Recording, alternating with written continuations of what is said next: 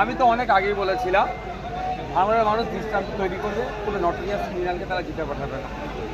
32,088টা লিডে আমি জিতে শিখেছি, ভাঙড়ের মানুষের দোয়া আছে।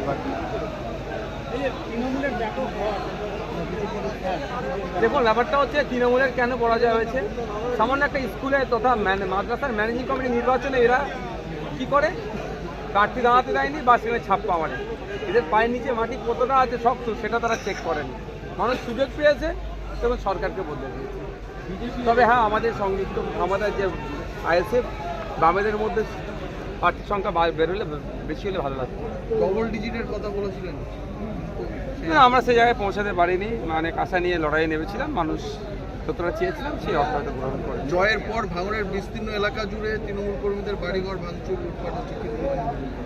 আমার কাছে এখনো পর্যন্ত ফোন নাই। যদি এরকম ঘটনা ঘটে থাকে আইএসএফে থাকে, আমি এখনই ভাঙড়ে যাচ্ছি। কোনো ধরনের এই ধরনের অরাজকতা করতে দেবো না। কর্মীদেরকে নির্দেশ দেবেন?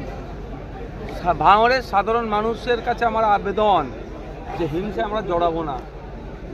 গতকালকেও আমাদের যখন কর্মীদের নিয়ে মিটিং ছিল তখন একটা কথাই বলেছিলাম, ভাঙড়ে আমরা শান্তি প্রতিষ্ঠা করতে কোনোভাবে অন্যায়কে আমরা প্রশ্রয় দেবো না। শান্তি শৃঙ্খলার সাথে ভাঙড়ের মানুষ বারবার বলেছিলেন সাম্প্রদায়িক শক্তির বিরুদ্ধে আপনার লড়াই চলবে, বিজেপির বিরুদ্ধে আপনার লড়াই চলবে, কি বলবেন? অবশ্যই লড়াই চলবে, যতদিন এই বিজেপি সাম্প্রদায়িকতা করবে তার বিরুদ্ধে লড়াই চলবে, কোনো বন্ধ থাকবে না। আপনার জয় কি মনে হচ্ছে? সরকার মোল্লাকে যেভাবে দায়িত্ব দেওয়া হয়েছিল, দেখুন, সরকার সাহেব ভাঙড়ে এসে ভাঙড়ের মানুষকে খুন করেছে, এর থেকে বেশি কিছু করেনি। এই ভাঙড়ের মানুষ জবাব দিয়েছে। মমতা বন্দ্যোপাধ্যায়, অভিষেক বন্দ্যোপাধ্যায় কি বলবেন?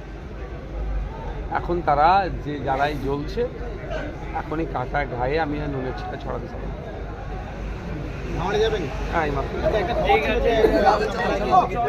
হ্যাঁ, আমি সেখানেও যাবো।